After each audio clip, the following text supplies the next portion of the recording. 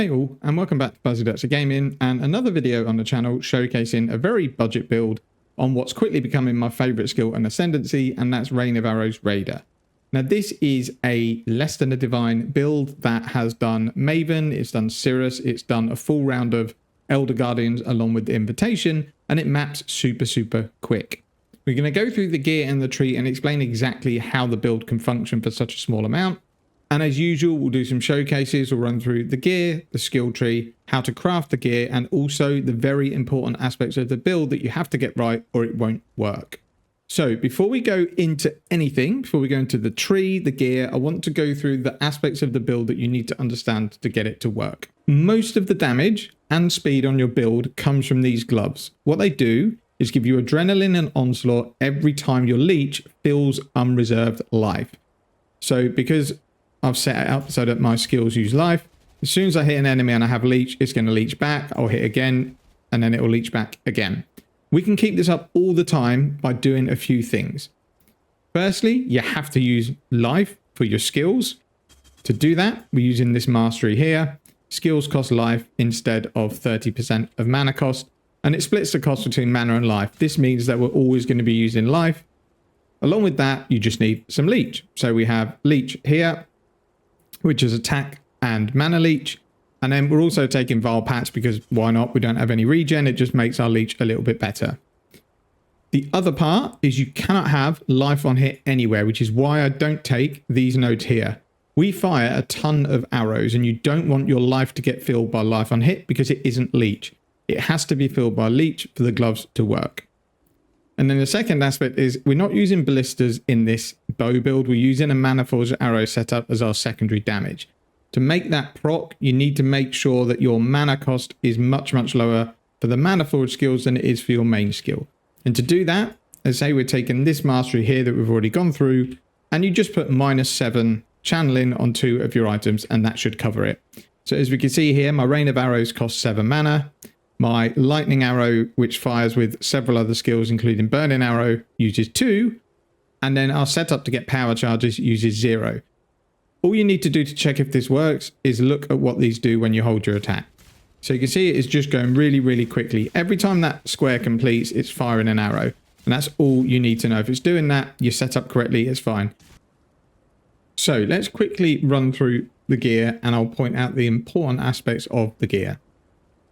The bow is junk. You want better than this really, but since it's a budget build, I can't go spending 2 to 3 divines on a bow. If you wanted to do this build properly, you want big LE damage, crit chance, and attack speed. All I've done is bought a 6-link bow for 10, 15 chaos, whatever the bases are. And then I've used shrieking essences of wrath until I've hit a second damage mod of either cold or fire, and then I've crafted crit chance. That's it. The helmet, I've bought a fractured life base so that I can spam a resistance essence, because resistances are the thing that's going to be difficult on the build because we're running a unique and we get -60% lightning damage from the chest.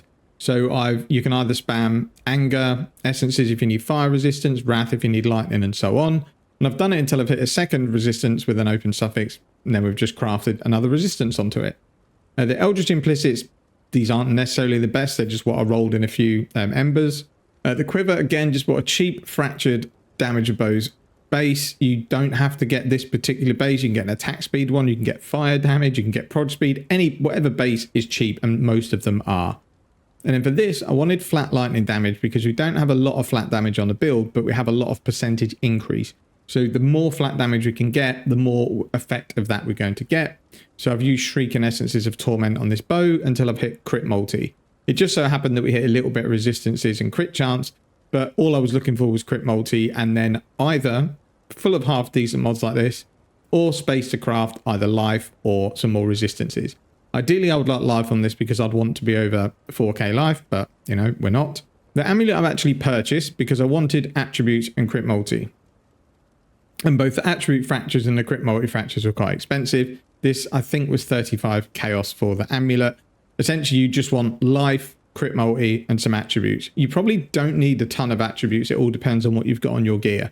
But it's probably the easiest way to balance your attributes is just get an amulet with big attributes on it.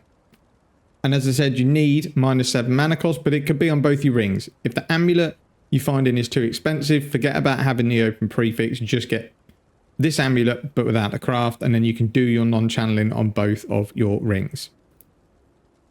Chest, as I say, is lightning coil. I bought it 5 linked, but you could just buy the base of 5C and socket it and link it yourself. The rings, you basically want, again, resistances. So I've bought a fractured lightning resistance topaz ring. So to craft the ring, I've essentially gone into harvest, knowing that I need fire resistance, and I've just spammed fire because it's so cheap. So if we go into harvest here, so it's 50 purple life force. So all I've done is put the ring in, spammed fire until I hit elemental damage with attacks, and that's it. I've then put some cheap attack catalyst on it to boost that elemental damage up even more, and crafted life. Intelligence I don't need. I'm like 210 intelligence. I'm like 60 intelligence over what I need to be. So don't think, oh, he's got intelligence. You don't need it. You need any damage with attacks because we want to get as much damage as possible. And in this one, I've done the same, but I've spammed cold. And as it turned out, I hit chaos resistance. It's a nice to have, but it's not necessary. All I wanted was cold resistance and an open prefix to craft non-channeling skills. Obviously, any damage with attacks on top would have been amazing, but I didn't want to spend like 20, 30, 40 chaos spamming harvest life force. The boots, I actually decided to go a different way and just bought the boots with the mods already on them. So I've crafted the boots with essences, but I bought the base that had avoid ailments and movement speed. They were 7 chaos. And then I've spammed shrieking essences of zeal, which give you movement speed until I've hit some resistances, and then an open suffix to craft elemental ailments. You might be better off just buying a pair of boots. You essentially need 30% avoid ailments and then life, movement speed, resistances, the usual stuff. If you've got big resistances on all of your gear and you can afford not to have them on your boots, your best option is going to be 3-step assault boots. So these give you movement speed and they give you 30% chance to avoid ailments while phasing, which we're always doing. And you get 100% increased evasion during onslaught. So it's actually quite a big defensive boost. So if you can fit these in, I would. If you can't, just go with a rare pair of boots. And then lastly, we're looking at the belt. And it's same thing again. Fractured life, super cheap, heavy belt. Attack in harvest, can only roll increased LE damage with attack skills. I've basically just spammed it until I've got a resistance as well and an open suffix. And then I've again put some cheap LE damage catalyst on it to get the damage up even more. So as I say, it might take you a few rolls to get it, but this life force is so cheap, it doesn't really matter.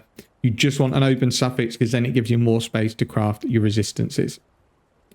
And that's kind of it. All very, very cheap gear.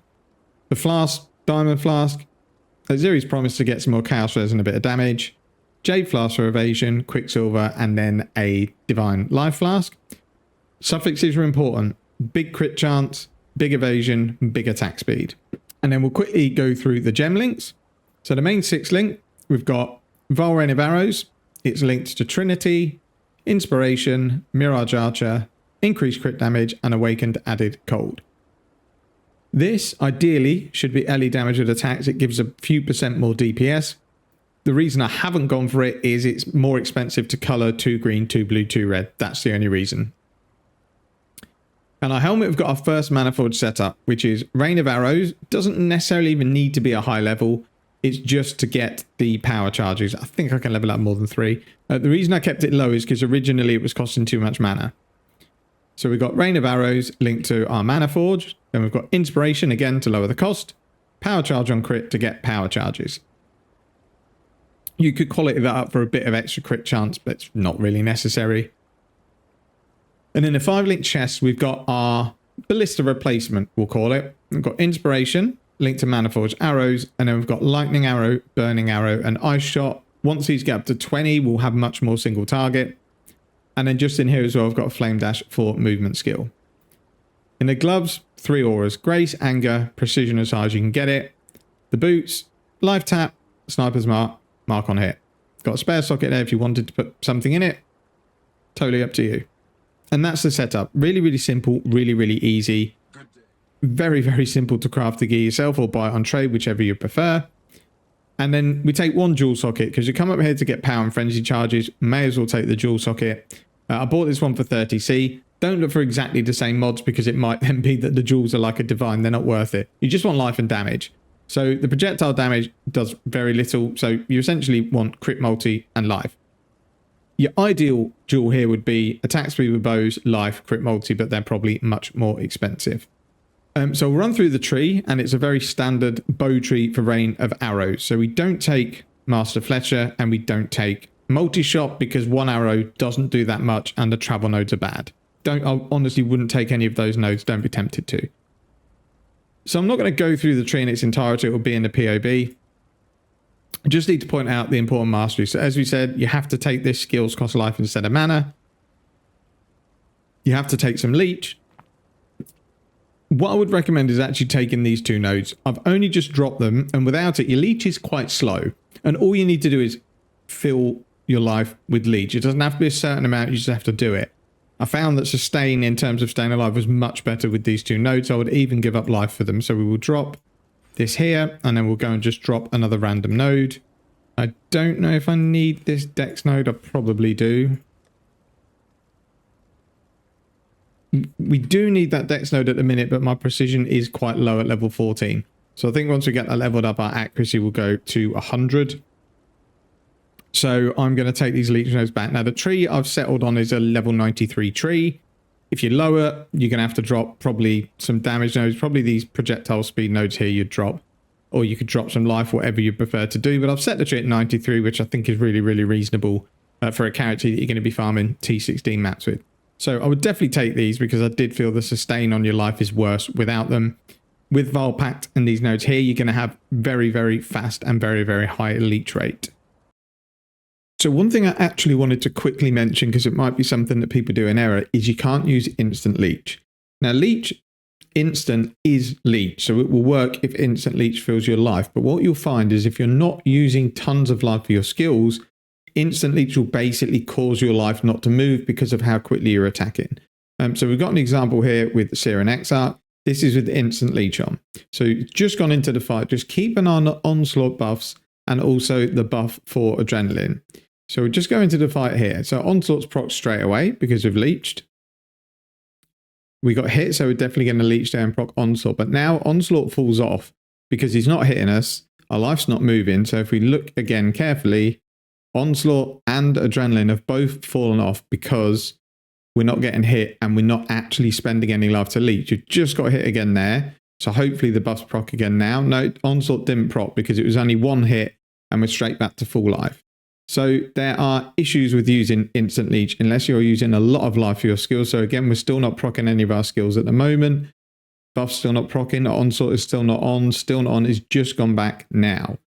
We go forwards to where I then put normal leech on and turn instant leech off. We'll have a look on Black Star and you can see the difference. So instantly the two buffs come up and onslaught is staying at 4 seconds, as you can see. Still 4 seconds, back to 3, back to 4, and that's without instant leech. So the difference in terms of DPS is massive. Obviously, instant leech is very nice. It's a really, really handy thing to have. What you can do to get a bit of extra leech is 25% increase maximum to total life leech. So what this does, Vile Pact doubles it. So leech is 10%, and that's how much you can leech per second of your maximum life. Take Vile Pact, it doubles it to 20%. And then you take another 25% and you get more leech on top of that, to the point where POB says that I'm leeching 2,200 life per second. So this node here is an extra 300 to 400 life leech per second. It doesn't feel quite as nice as instant leech, but instant leech definitely stops all of your buffs from proccing fairly regularly, so don't take it. This is the only other notable mastery that you should have on any LE attack build. It basically makes every fourth hit you do supercharged. And that's kind of it for the tree. Ascendancy, because the gloves do pretty much this. We're going Quartz Infusion, Avatar of the Veil, Wear the Poacher, Avatar of the Slaughter. Now I'd recommend, if you wanted to put a bit more into the build, get yourself a Lethal Pride in here with lots of juicy nodes. There's tons you can do to boost double the damage of this fairly easily. I just wanted to go through a budget version in case someone had a Divine kicking around. They wanted to have some fun on a build that had a Raider or a Deadeye or a Pathfinder that wanted to respec. This build is a ton of fun and it can get content cleared. In terms of Pantheons, when I'm mapping, I really should get these upgraded. I'm so lazy. When I'm mapping Solar Lunaris and Burning Ground, any degens are going to feel a bit worse because we're using life for our skills. We don't have any regen. Degens feel quite bad, so I'd run Burning Ground even if you're not running Exarch Altars. When I go into a boss fight with just one boss, I'll just switch to this.